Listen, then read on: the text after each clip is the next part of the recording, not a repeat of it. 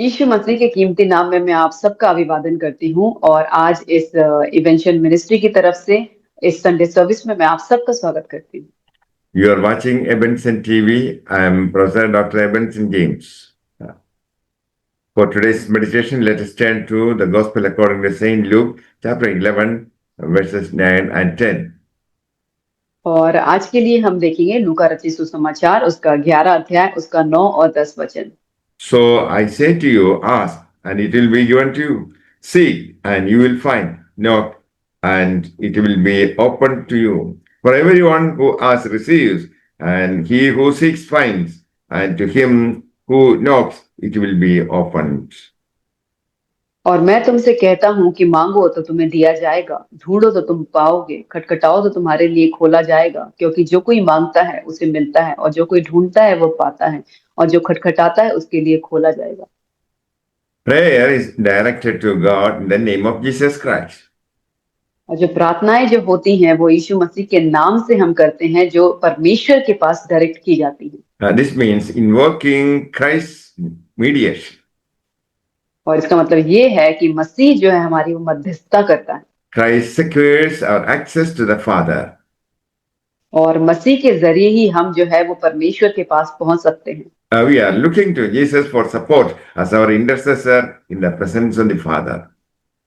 और हम जो है यीशु मसीह को जो है हम एक जो हमारे एक सपोर्ट की तरह देखते हैं, क्योंकि वो हमारे लिए मध्यस्थता करता है परमेश्वर के सामने। No one prayed like Jesus Christ. और किसी ने भी यीशु मसीह के तरह प्रार्थना नहीं की। He did spend whole nights and days in prayer and earnest intercession. और उसने जो है वो दिन और रात जो है परमेश्वर से प्रार्थना की और मध्यस्थता में वो लगा रहा। Jesus himself experienced the power of prayer. और यीशु मसीह ने खुद उस प्रार्थना का जो एक पावर होता है, जो ताकत होती है, उसने उसको अनुभव किया। Jesus promised that asking will be followed by receiving. और यीशु मसीह ने ये कहा कि जब हम मांगते हैं तो हमें मिलता है। Anybody could ask, seek, and knock. और कोई भी जो है वो खोज सकता है और वो खटखटा सकता है। Bible says you do not have because you do not ask God, or you ask with wrong motive. और बाइबल बताती है कि तुम्हें इसलिए नहीं मिलता क्योंकि तुम नहीं मांगते, और जब तुम मांगते हो तब नहीं मिलता क्योंकि तुम गलत विचारों से मांगते हो। Except for these, the promise is valid. और इन सबके को छोड़ के जो जो वायदे हैं वो सही हैं। When you pray, ask for God's glory to be manifested in your life. और जब आप प्रार्थना करें तो आप ये मांगे कि परमेश्वर की जो सामर्थ है वो आपके जीवन में काम करे। Ask in prayer for lost souls of men, women, boys, and girls. और आप अपनी प्रार्थनाओं में जो स्त्री हैं, पुरुष हैं, लड़के और लड़कियां हैं जो खोए हुए इस संसार में, उन आत्माओं के लिए आप दुआ करें। Pray with expectation and with effort. और आप एक उम्मीद की तरह जब आप प्रार्थना करें तो आप उम्मीद करें और एक एफर्ट को भी लगाएं उसमें प्रार्थना करने में। A student may ask for A grade but not going to study. और एक जो छात्र होता है वो ए ग्रेड लाने के लिए, एक प्रथम स्थान लाने के लिए दुआ कर सकता है, लेकिन अगर वो पढ़ाई नहीं करेगा तो। Until we step out in obedience, we are not seeking. और जब तक हम उसके जो एक उसकी आज्ञाकारिता में नहीं चले तब तक हमें नहीं मिल सकता। Knocking means praying with endurance.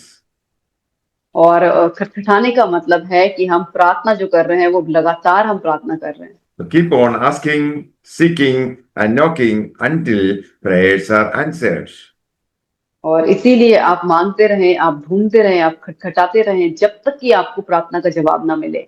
Jesus gave an illustration to highlight the need for persistence in prayer. और यीशु मसीह ने एक ऐसे इलस्ट्रेशन को भी बताया कि अपनी प्रार्थना में कैसे लगातार हमें बने रहना है। Suppose you went to a friend's house at midnight, waiting to borrow 3 loaves of bread. और आप ये ऐसा मान के चलें कि आप अपने एक मित्र के घर गए हैं आधी रात को, और उससे आपको 3 रोटियां उधार में लेनी है। You would shout up to him. और आप उसे पुकार सकते हैं। A friend of mine just arrived for a visit and I have nothing to give to eat. और आपने उससे कहा कि मेरा एक दोस्त अभी जस्ट मेरे घर पे आया है और मेरे पास उसे खाने को देने के लिए कुछ भी नहीं है।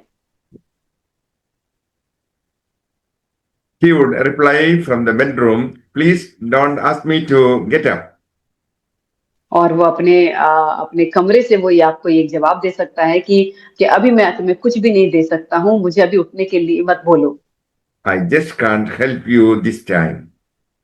और मैं तुम्हें अभी इस वक्त कोई मदद नहीं कर सकता। However, if you keep knocking long enough, he will get up and give you everything you want just because of your persistence.